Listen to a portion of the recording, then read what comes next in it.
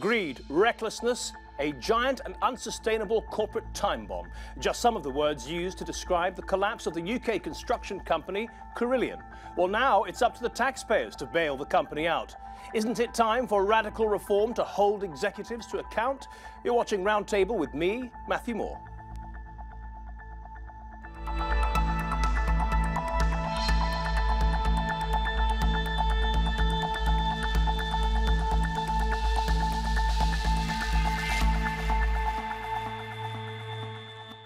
The UK National Audit Office estimates the collapse of Carillion will cost the taxpayer almost $200 million. Well, why should the public have to prop up failing businesses when the bosses responsible for the failure pocket millions?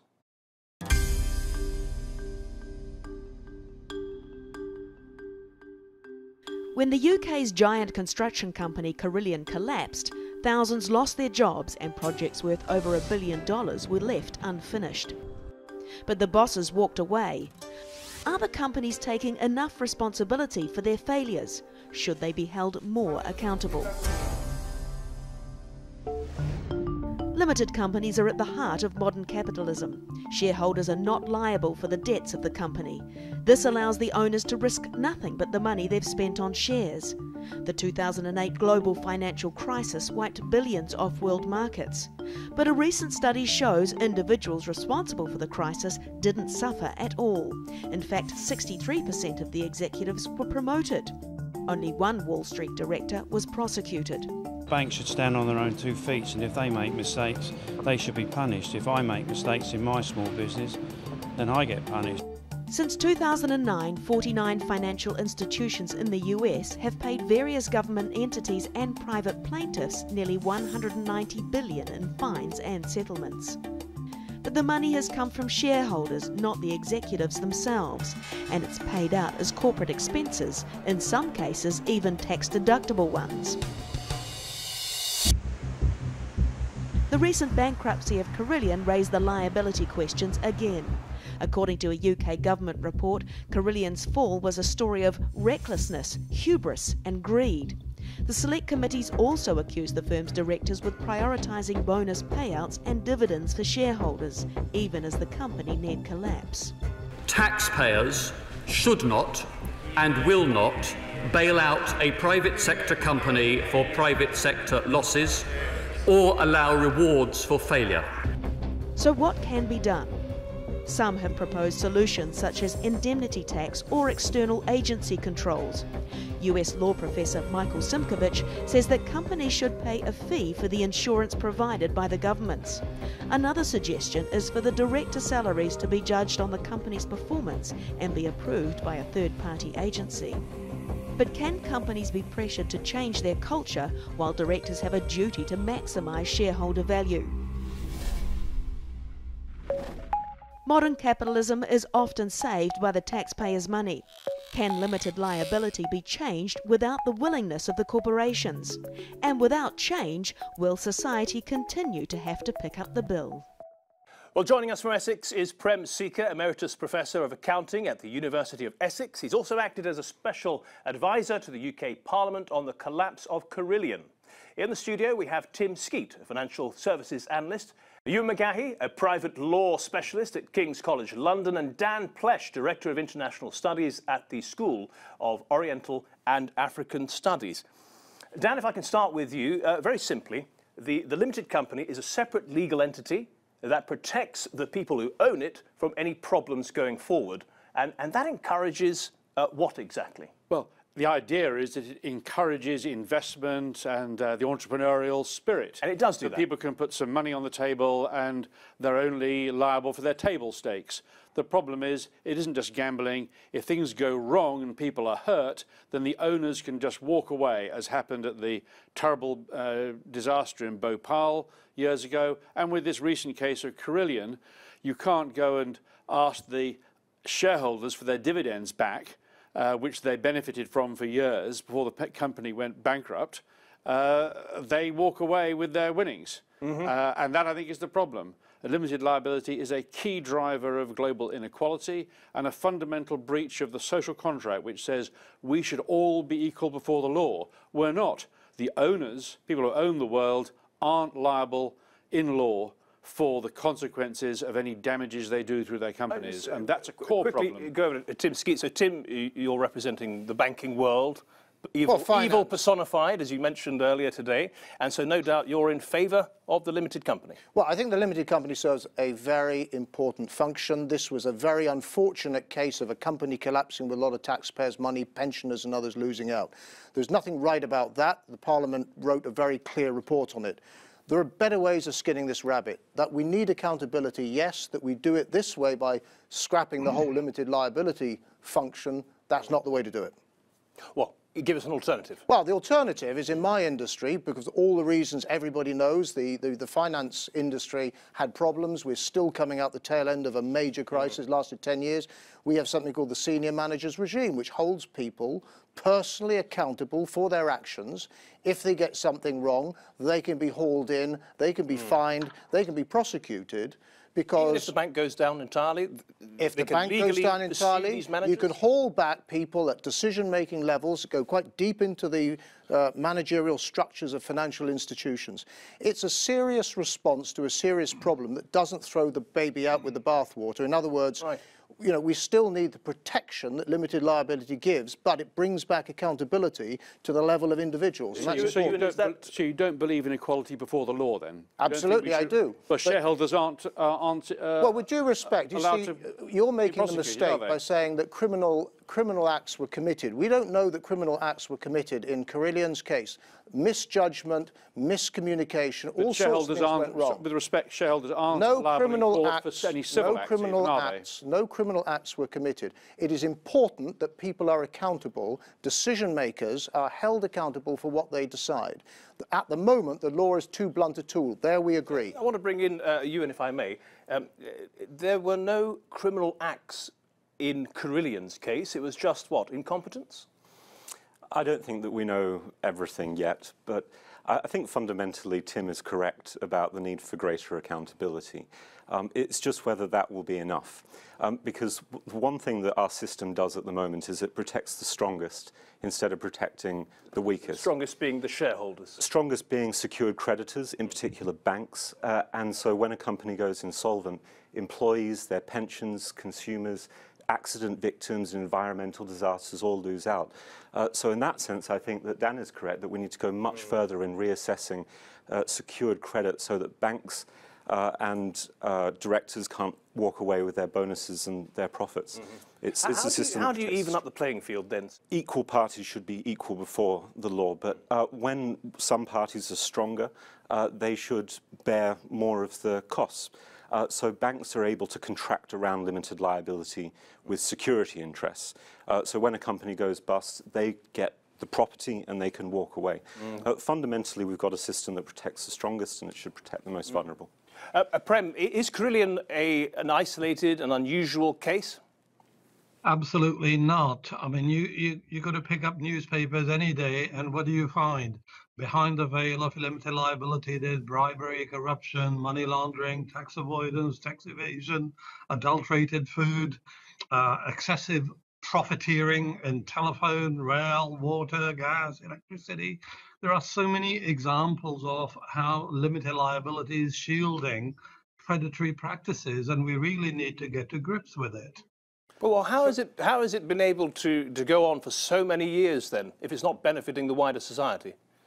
I think it has benefited the wider society. We rely on corporations for providing all kinds of things, whether it is news or food or water, but at the same time there is a darker side, and it is the darker side which is kind of attacking social cohesion and social responsibility. That is what really needs addressing. What would you do with the limited company status then? Would you end that or reform it?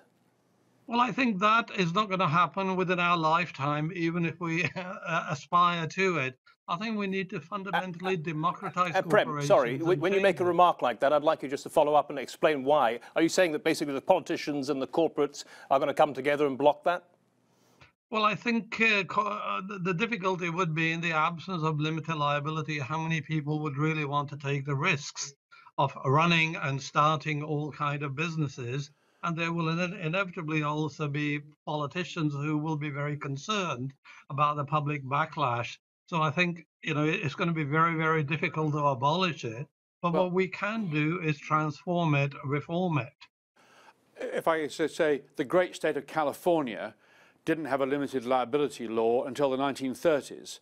And you know, they managed to develop Hollywood and all the rest of the Californian economy. So there's a lot of mythology, and you can do a lot of what needs to be done through insurance. But one of the key issues here is that corporations now argue successfully that government regulation should be got rid of, whether it's in the environment or workers' rights. Regulation gets in the way of the free market. Well, if we're going to get rid of government regulation of special interests, let's start with corporate limited liability, because that is the key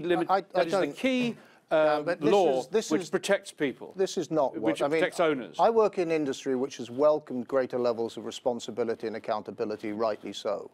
There are good ways of doing it and bad ways.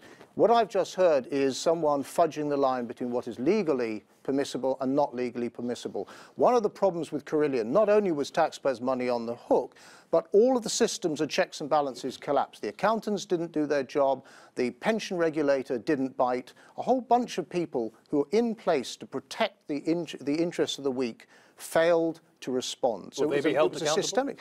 In my view, we need to have a look, and this is what the parliamentary report clearly identifies. Exist to hold those people accountable?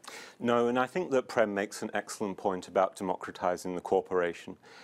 We've got a corrupt corporate culture at the moment, which is almost as damaging to society as President Erdogan is to independent journalism and the Turkish people. And what I mean by that is that... It's a strange comparison to make at this point, isn't it? Well, I think it's incredibly relevant on a TV station like this with excellent journalists like yourselves. We're addressing a particular issue. So it would be helpful if you actually stuck to that issue. Well, and the important thing is accountability. So just like President Erdogan is no longer accountable to his people, well, he's going corporations to the polls later on this month. Corporations which are probably rigged, I'm sorry, no, I beg your pardon. Now, you brought it up. You've stopped the debate in its tracks. You've created another debate about the political situation in Turkey. Yeah, I was just going to get on to accountability. So President Erdogan is going to be participating in an election later this month. Okay, and if you wanted to discuss that in any depth, we would take more than we have the time here to do that. So should we stick to this subject? So I'll just get back to accountability in corporations. I mean, one of the most important reforms that we could make is ensure that workers have a right to vote for people on the board of directors. There is a European law which says that in banks, if there is worker representation in a company law, then that should apply to banks as well. There's also a good argument for other stakeholders, consumers and citizens, having representation in certain industries like banking, like transport, natural monopolies that the public sector is involved with. Did you want to come in? I don't think it goes far enough. Corporations and particularly the owners, the shareholders, now with other regulation, other regulated protections of environment and labour and so on being swept away, the shareholders, just like teenagers having a tantrum, they want all the rights and none of the responsibilities. They want to take all the dividends, but then not be responsible for the company's debts. The shareholders who've taken the dividends should be required to pay back that money. But what would happen to business if the so-called teenagers were told they would have to be responsible if things go wrong? They would be on the hook for it. Would they be much less inclined to invest? Well, I think inevitably, yes. I mean, we in Britain at least, and across Europe, we are a hub of, you know, everyone's talking about fintech. There are a lot of people putting a lot of money to work in highly risky businesses, many of which that do not succeed. They fail. They fail and no one notices because they're not big enough for anyone to notice. And so the shareholders lose their money. They lose their money. This is happening a lot. And this happens a lot. Okay. And the owners who make bad business decisions through inexperience, they lose their money, but they're not liable for any more. Now, that's entrepreneurship. But the people who also go down and don't have recourse are the suppliers. You take a football club, the football club goes bankrupt, the owners may be liable, but the people, the St John's Ambulance, the hot dog salespeople, those people lose their money and their businesses, and they have no recourse against the owners, who in many cases are fat cats who just move on to the next But again, part of the problem with Carillion hurts small businesses. How would you help them, ideally, Dan? Well, I think you need to have more insured liability. You can pursue at high risk limited liability if you want. And insured liability is in fact what happened in the Great Crisis. They were supposed to have limited liability, but then they were too big to fail. We had to bail them out, and now we've been on bread and water for the last 10 years. There was the taxpayer. Yes, we ended up having to pay. But you're talking about a system of private insurance. Yes, and state insurance. Which would be phenomenally expensive. I mean, to insure against those kind of risks would be mega expensive. It would stop a lot of companies being started. I think in big corporate deals, limited liability is managed in the contract system, so actually it doesn't actually come into limited liability. And in local small businesses, the bank will want to have a mortgage on your house to help you start a business if you want to go for a loan. So actually, its principal function today, I think, is to protect the sort of dodgy dealings that Prem was talking about. So, Prem, if I could just come back to you, the idea of insurance seems quite reasonable? Possibly, but many SMEs simply won't be able to afford it. Right. My suggestion would be that what we need to do is, when a business like Carillion or BHS goes into liquidation, we ring fence, say 30 to 40% of the proceeds of liquidation, and they are ring fenced for the benefit of unsecured creditors.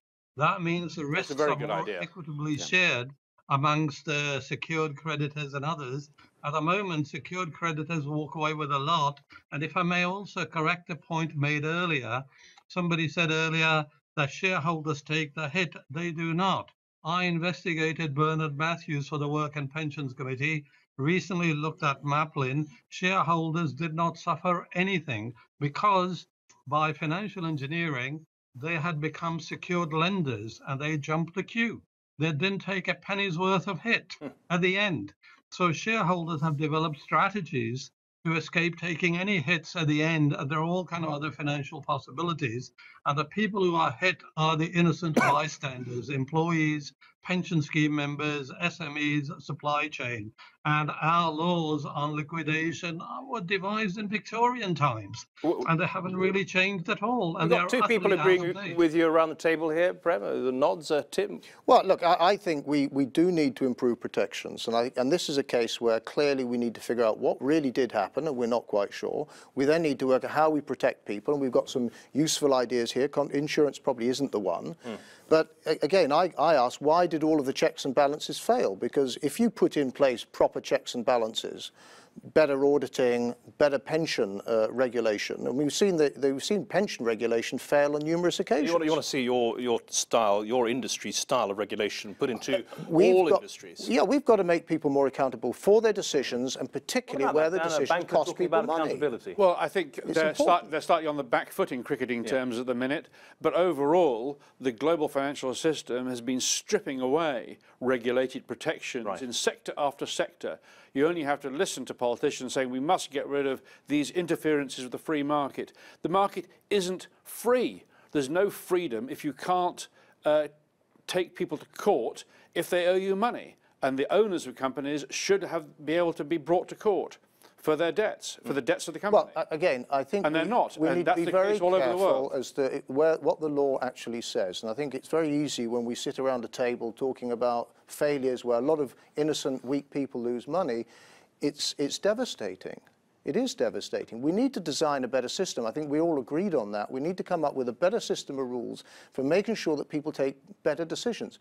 But it is a fact of life that companies fail for very good reasons sometimes. You know, entrepreneurship is the lifeblood of our economy. But limited liability is behind a protection which enables money laundering. It's one of the protections that enables this system of transfer pricing, where if you have a company in a third world country, the company can say, oh, all these diamonds are only worth $1.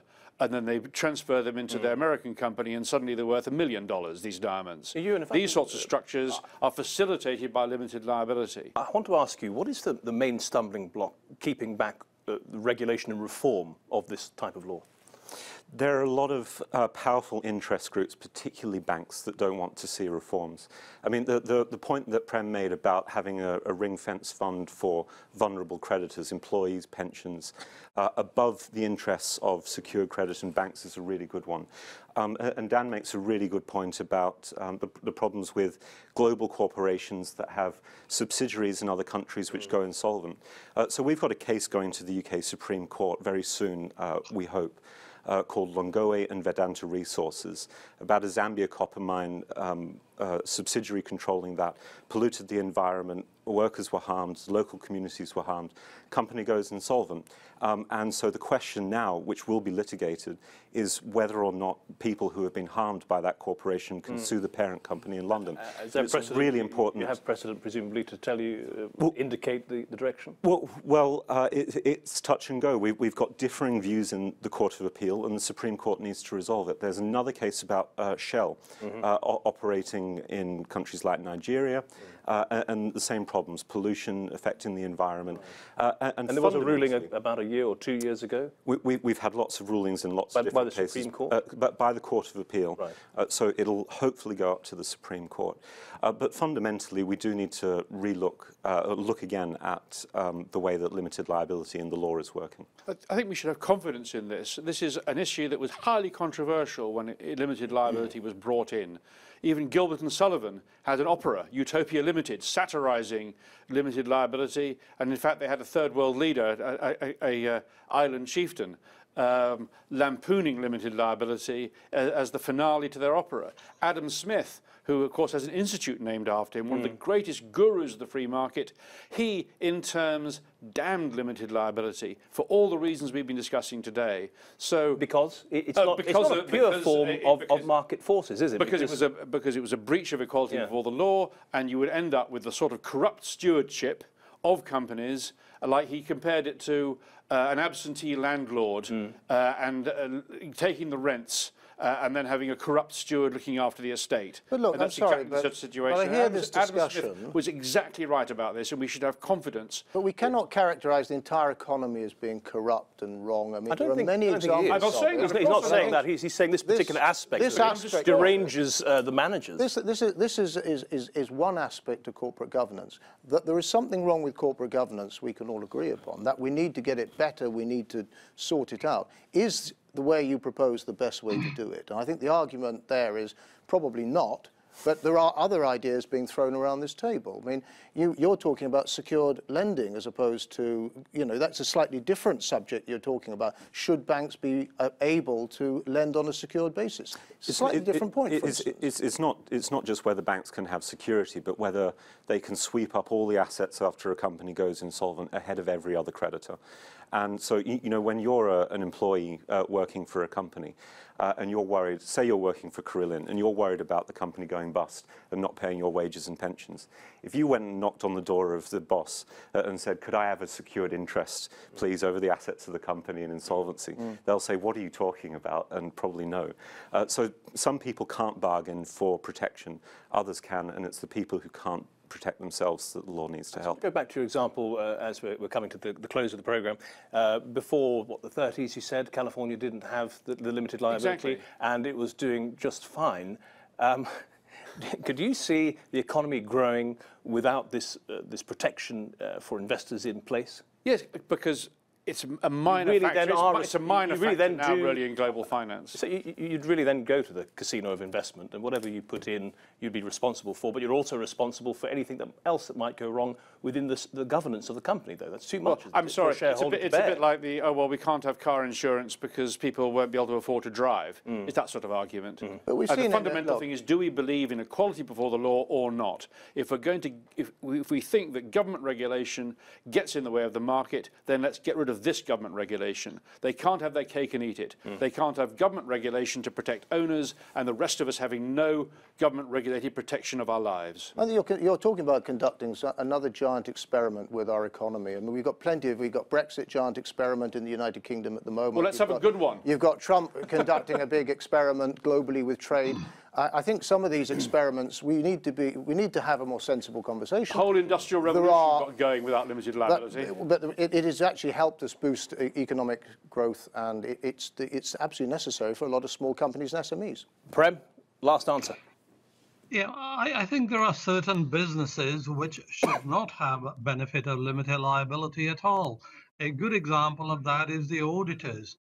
Historically, they traded as partnerships, but from about 1989, we let them form limited liability companies and limited liability partnerships. And now we've seen the result.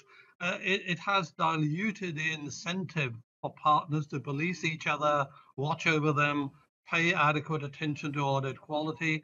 And the other thing, another example would be in relation to banks. Before the Big Bang, so-called investment banks generally traded as partnerships. They did not have the benefit of limited liability because if things went belly up, they themselves had to, pick up the cost. And I think that that was one major factor in the banking crash, because the banks had become pretty reckless. Yeah. Prem Sikka, thank you very much. Also, Tim Skeet, thank you. Ewan McGaughey, thank you very much for your contribution. And Dan Plesch also. Well, we've been looking at limited liability. Who knew it could be so interesting? It seems there is consensus that there's a need for reform, but who knows by how much and who's going to hold it back. And that's it. Thank you very much for watching Roundtable. See you again.